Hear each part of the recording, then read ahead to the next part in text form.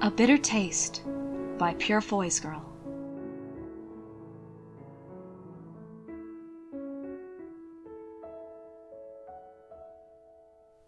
Chapter 17. Jack Crawford was quickly becoming an issue for Will. Not terribly long after their little conversation, Will was once again subjected to questioning, this time caught on his own away from Hannibal's house as he ventured out to search the city once more for the elusive thing he obsessively knew was there somehow, even if he didn't know where it was. "Are we going to have another uncomfortable conversation, Jack?" he asked, unwillingly coerced into the man's black SUV. It was just the two of them, so he knew he must not have much to go on but his hunches and his dogged determination that Will was somehow dangerous. He couldn't fault the man's instincts on that count, though he wondered how on earth Hannibal had managed not to inspire the same degree of suspicion. "I want you to take a look at these photographs and tell me what you see, Will," Jack said, handing him an envelope. Will humored him, peeling back the flap to ease the pictures out. They were varying sizes and qualities from varying times and locations. Some were black and white, others in color. Some were official crime scene photos, while others were taken from media outlets like Telecrime. All of them were humans, older females, some even elderly, with their throats torn out, bodies drained of blood. "I see you sense a theme," Jack pressed. "Yeah, but I don't know what you hope to get out of showing me these," Will told him, shuffling through the photographs. Thanks to his recently unreliable memory, there wasn't even a trace of recognition in him for Jack to see. "I've had people tracking your movements, Will Graham," Jack said, his tone careful and deliberate, hoping to rattle him. "Everywhere you've been, as far as I can trace you, corpses have been left behind. Corpses with their throats torn out. One within days of your arrival to Baltimore. Women, Will. Women who have an awful lot in common with Matilda Blair." Will chuckled softly and shuffled the photos again, looking at the date. "How far back have you been able to trace me, Jack?" Jack frowned at him, irritated. "Not far enough, by far. You seem to have just appeared one day. No record, no birth certificate that I could find, no social security number. You're a ghost, Will. And people who are ghosts are people who have something to hide." "Am I also in my 50s, Jack?" Will asked, prodding. "Or thereabouts?" Jack's mouth thinned. "Is this seriously all you have, Jack?" He laughed, shoveling the pictures back into the envelope. "You're going to have to try a little harder than this if you want to scare me." Jack took the envelope away from him and lowly told him, "I'll keep looking, Will. And I'll keep finding. The harder I search, the more I'll find. Somewhere someone saw you. Somewhere there's a video, or a photo to connect you, or some evidence on these bodies we haven't sorted through yet. Whatever it is, I'm gonna find it, and I'm going to make sure you're no longer a danger to society." "Or to Hannibal Lecter?" Will inquired, aware that his heart was beating uncomfortably fast. It took him a second to process that it was worry he was feeling, actual anxiety about what Jack was truly capable of. "Am I free to go, Jack, or do you want to continue this farce of a conversation?" Jack glared at him. Will elbowed open the door and got out, slamming it heavily behind him. "I can't stay here much longer," Will told Hannibal later that night as the man prepared for one of his smaller dinner parties. Just about 10 guests this time, just to socialize. His statement garnered him Hannibal's immediate and undivided attention. His black hole eyes were steady and serious when they met and held Will's own, his lithe body keyed with sudden tension as he abandoned his blade work to back Will into the armchair in the corner of his kitchen. "I beg your pardon, what did you say?" he murmured, wiping his hands on a towel, leaving pink stains on it as well as on the apron tied around his waist. "I said I can't stay here much longer," Will repeated, gazing up at him with deliberately limpid eyes. "Jack Crawford has been looking into my past, Hannibal. He's been tracking me by reports, mapping my whereabouts in regards to deaths that have a pattern. My pattern, my design, if you will." Hannibal exhaled softly, an irritated frown on his face. "He is a meddlesome creature. sometimes outweighs his value as a friend. He took a deep breath and focused on Will, telling him, Had Jack anything substantial in the least, he would have arrested you, Will. He's needling you to see what you'll do. I'm considering leaving. I never have stayed in one place so long. It's strange for me to do so. I feel like I should go anyway. And why don't you? Hannibal asked, tipping his head forward slightly, his words a husky whisper. Because I want to remember what he did to me, Will breathed, all efforts of distance abandoned for truth that glittered in his eyes like unshed tears. I want to remember and change you, Hannibal. I don't want to leave you behind. The next time I return, you'll be... He stopped himself, but they both knew. The next time he returned, Hannibal would be quite old, if not already dead and buried. It was a prospect that caused wrenching, shocking sickness to twist Will's belly, a keen pain that he never imagined he would feel again once the Ravenstag was lost to him. Will, Hannibal said, gently tracing his trembling lips with fingers that tasted of salty blood. Are you happy now? Will asked, mouth brushing those fingers when he spoke. Are you pleased yet, Hannibal? Those dark eyes just watched him, taking in the minutiae of his responses, hawkish and demanding. I should be running, Will whispered, trembling. I should be saving myself.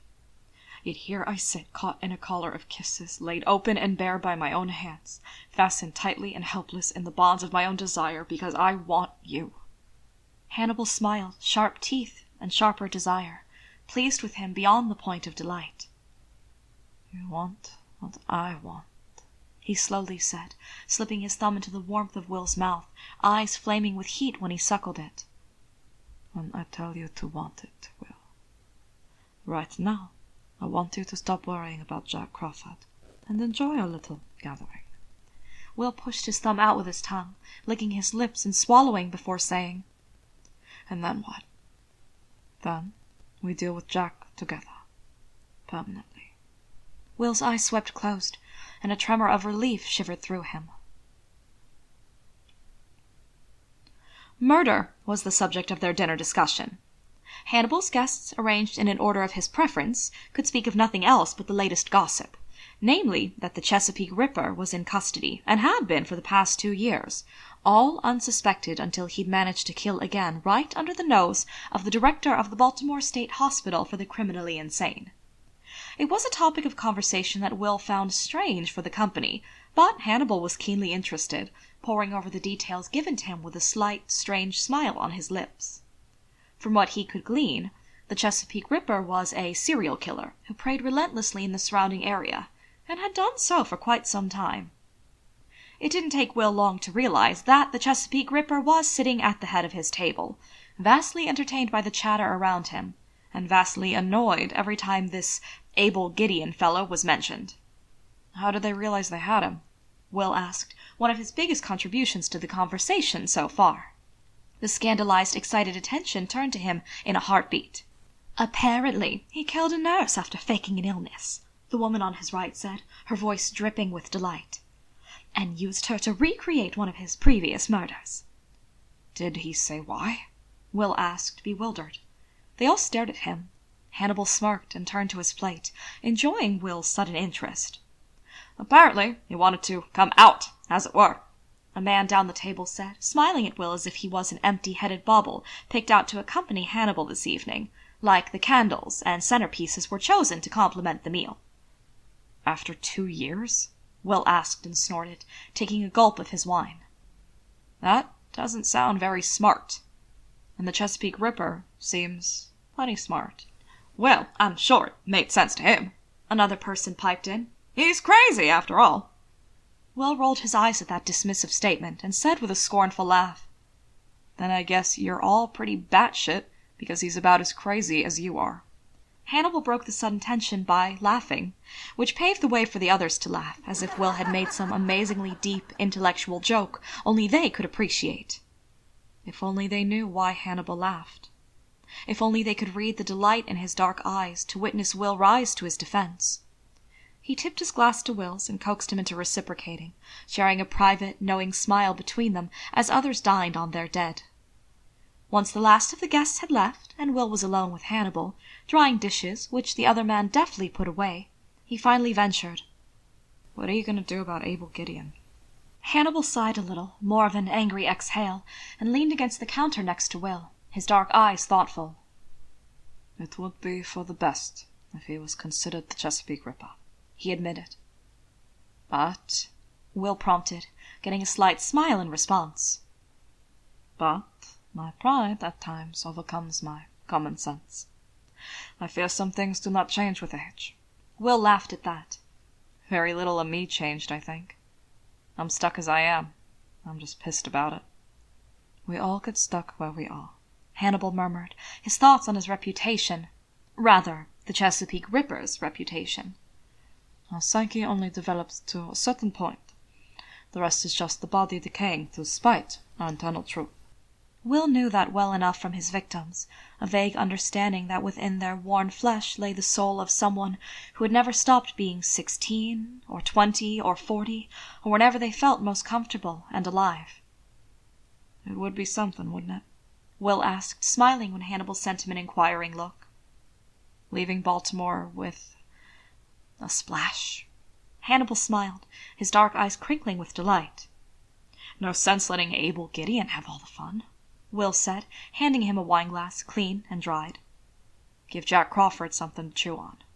Hannibal angled a wry look at him and said, "You've moved from indifference to active dislike, Ganymede. I see your innocence tinged with an excess of knowledge. Is that a problem, Dr. Lecter?" Will asked, flashing the long column of his throat, gazing at Hannibal from beneath his dark lashes. "On the contrary, I find it quite delightful." Will quirked an eyebrow at him, a wry smile curving his lips. "There enough hot water left for a shower?" "There will be by the time I get done with you," Hannibal said, and tipped his head to Will's for a sudden, ferocious kiss. Will met the Ravenstag again, in between that time in the woods and when he grew ill. He recalled it with sudden clarity when he was wrapped around Hannibal's body in his warm bed, nudged from restless sleep by his own sudden hunger, and rousing Hannibal with his insistence. "He did it again," Will panted, glassy eyes flicking with restlessness, mouth parted for his shaking breath. "Did what again?" Hannibal murmured, grazing kisses beneath his jaw, one large hand sweeping Will's side from hip to chest, his thumb slipping over to graze his nipple, so that Will clenched, gasping and distracted, half in his memories and half in Hannibal's hold. "Bit me," Will said, the words an explosive exhale. His hand clenched on Hannibal's shoulder, holding the man tightly to him, safe beneath the press of his heavier body, trusting it to anchor him. His eyes swept closed when Hannibal's teeth raked his throat, just hard enough to leave marks, stinging and sweet. He wriggled beneath him, situating the bulk of Hannibal's hard body between his lean thighs, and rolling his hips to feel him. "Where did he bite you, Will?" Hannibal asked, switching to the other side of his neck. It was, strangely, the very side the Ravenstag had sunk his teeth into so long ago. "There!" he gasped, arching hard under him, panting when Hannibal negligently trapped his wrists, pinning him. Those teeth sank in, almost breaking the skin, just to hear how desperately Will cried out into the darkness. "Hannibal! Oh, God! What else did he do to you when he bit you?" Hannibal pressed, working his way down Will's heaving chest and caving belly, following the trail of muscle and skin that had never aged past being soft and supple. He shifted to his knees between Will's legs and drew his wrists down to his sides, holding him in place for his unhurried exploration. It was hard to think with Hannibal's mouth on him, always with the threat of those sharp and dangerous teeth. But he kept blurring, as if winding back and forth along the thread of his life, one moment here with Hannibal, the next with the Ravenstag. "Will," Hannibal whispered, placing a soft, reverent kiss on his belly button, right above the heated jut of his cockhead. "Where are you right now?" "Church," he breathed, the utter sacrilege. But that was where the Ravenstag found him, where he found them all. He strode into their Sunday service, and everyone stopped to stare at him as he found a place among their masses.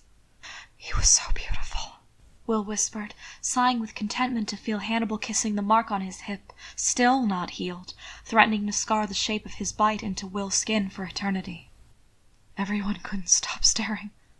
Except his father, of course, who took immediate exception, scowling at the soft murmur of gossip rippling through God's people. Will couldn't help but stare at him, the bite on his neck still stinging beneath his starched collar, hidden from view, but not from the Ravenstag, who caught his enthralled gaze and smiled to show his sharp, sharp teeth. What did he do to you? Hannibal asked, his mouth tracing a path to Will's other hip to suck a mark on the soft rise of his hip bone. Tell me, Will. He introduced himself. Will sighed, the feel of his hand as they shook in a mockery of first meeting so keenly felt that he dimly registered Hannibal was holding on to him, fingers laced now, palm to palm, as he lay over Will to trade wet, warm kisses. He spoke in the moments between, greedy for the touch of his tongue and the thrilling danger of his teeth. He shook my hand, and Mother invited him to dinner, but he said no. Why would he do that? Hannibal pressed, his free hand coming to cup Will's sweaty curls, curving beneath his skull to grip his nape. He was afraid, Will said in sudden revelation, laughing a little at the absurdity of it. Hannibal bit his lower lip, softly and sweetly. Of what? Of me, Will said, and ran his tongue along Hannibal's mouth to beg entrance, thighs tightening around the man's hips. He was afraid he'd take me then. I think it worried him what would happen if he did. He wanted to kill them and take me away, and he knew it would hurt me, so he said no. It would have been easier than what came after. Hannibal purred, letting go of Will's nape to hold himself steady, the wide head of his cock pressing up between Will's cheeks. Will lifted for it, so thoroughly used from earlier in the night that he slid in with barely a push, both of them groaning. Hannibal hitched up closer to him, and Will clenched tight, moaning softly at the weight of him, the feel of Hannibal deep inside, the press of his body from hips to chest that sandwiched his own aching cock between them. "What came after?" he asked, arching hard at the push of Hannibal's hips, a soft rocking motion that did little more than tease them both. Tell me what came after." He asked if you'd like to see his horse, Hannibal said, covering him with heated kisses, their mouths melding so completely that Will wasn't entirely sure which one of them had spoken, himself, Hannibal, or the Ravenstag. "Yes," he hissed, half affirmation and half pleasure, a soft sob trapped between their mouths. He was burning and hard-used, stretched wide open around Hannibal's hot body and aching with it, the kind of pain he wanted to never stop, only enhanced by the gentle, slight friction of Hannibal working him. That was when... He recalled it now, or he was there, one. The families leaving the churchyard with their children in tow, mother and father talking with the pastor while Mary chased down the road after a little boy who'd teased her. The huge black stallion waiting with impatience, saddled and ill-tempered and trying to bite. It sidestepped the Ravenstag, eyes rolling white all around, but calmed at Will's touch. On the other side of the horse, where they couldn't see. His voice came in soft gaps, pushed out of him by the growing pressure of Hannibal's body into his, a steady rhythm growing sharper as the pleasure grew more fierce. There, right there in the churchyard, with his family a shout away, and the bright sun shining down on them, hidden behind the arch of a finicky horse's neck, the Ravenstag had tugged his collar down, just a little, just enough to see his marks. He smiled at me, Will said, delighted, fisting his hands at the back of Hannibal's head to hold him tight, his kisses full of teeth and sharp hunger, his cock overriding his sense with the slick, wet press of Hannibal's belly against it. He shuddered hard, bowing up under him, every soft, gasping breath Hannibal loosed against him only heightening his pleasure. The Ravenstag smiled at him, amused inquiry in his glittering dark eyes. What do you want most in the world, Will? Name me that thing. Will tipped his head back to bare his throat in silent invitation, returning the smile with one of his own as those teeth sank deep, his breath leaving on a sigh. You... Oh my God! He sobbed, heaving beneath Hannibal's body, all gentle restraint lost to the crack of his hips and the demanding thrust of that heat up inside him, hitting him where he liked it most, filling up the emptiness that threatened to consume him from the inside out. And what did you do, Will? Hannibal demanded, his voice ragged with his unsteady breathing, his arms wrapped underneath Will to grip his shoulders and hold him in place for the punishing rhythm of his hips. The Ravenstag's hand rose. The other was locked at the base of his skull, but this one was free and bleeding. His wrist touched Will's lips, and he opened, feeding as he was fed. The burning sunlight and cloudless blue sky swallowed up by darkness, the same way he swallowed the Ravenstag's blood. There, in the churchyard, shielded from view by a nervous horse, exposed beneath an uncaring sky, left orphaned by an absent God, Will Graham clung tight to a monster and fed on his blood with such crippling pleasure that his whole body clenched hard in orgasm. He thrashed hard beneath Hannibal, gasping for breath, ragged moans tearing out of him, and eyes wide on that moment as he came, arching up so hard against the man atop him that Hannibal snarled, hitting the staccato frenzy of his own climax. In the churchyard, the Ravenstag kissed the mark he'd made, and kissed the blood from Will's parted lips, chuckling in delight at what he'd managed to inspire. The Ravenstag's laughter sorted itself into Hannibal's soft chuckle against his ear. Little by little, Will peeled himself away from that moment in the churchyard, to find himself firmly flattened to the bed beneath the weightier bulk of Hannibal's body. He absently loosened his grip on the man's nape and slid his arms down his shoulders instead, a soft caress to reaffirm that the warm combination of skin, muscle, bone, and breath was very real and very satisfied. You must tell me what he did to you to get such a reaction, Hannibal said at last, his words lazy and tired. A slight shift of his hips slid him free of Will's body, and he stretched out to lie next to him on his side, stroking Will's throat and cheek with one loosely curled hand. Will smiled. It was wan and worn, but genuine. His fingers sought Hannibal's without his knowledge or consent, tangling with his at his throat, and tightening so that the ball of their hands lay over his pumping heart. The church? Hannibal softly asked, confirming. Yeah. Pretty fucked up, isn't it? Right there in front of God and everybody. He vaguely recalled Hannibal saying something about a horse, but was certain it must have been himself. We shared blood standing on the other side of his horse, but... He flinched, brows drawing down in a spasm. In his memory, his father swore he needed an exorcism. In his memory, his father leveled a gun at him and stared at him with horrified, outraged eyes. With a faint note of recognition, he whispered, Someone saw us. Saw you. You and your Ravenstag? Yeah, Will said, nodding, more certain by the second. They saw it and came around to my father eventually. That's why he hated him so much. That's why he wanted him away from me. There were other times after that. He knew what the Ravenstag wanted from me before I did. After a weighty, stretched silence, Hannibal said, I doubt that very much, Will. Will glanced over at him, still troubled. A creature that lives forever would choose its companions with care, Hannibal said, drawing their twined fingers to his mouth to brush a kiss on Will's knuckles. He chose you for reasons your father could never begin to understand. Something loosened in Will, some knot of sick darkness, some surety that his hedonistic abandon in the Ravenstag's presence somehow drew a scarlet letter over his soul. He wet his lips, turning his gaze back to the ceiling to hide how raw he was in that moment. Hannibal allowed it, merely pressed closer to his side, unlacing their fingers to draw Will into his embrace. He was wrong about me, Will said, holding Hannibal's arm where it crossed his chest, needing the weight to keep him from floating away. He thought the doctor had already been with me. He kept me so close then, refused to let me leave the house, would have refused to let the doctor in, so that Mother arranged for him to visit while he was gone. He just assumed he was human. Assuming the worst is something humans do. Don't judge him too harshly, Will. If there is a heaven or a hell, I am sure he regrets the way he dealt with you.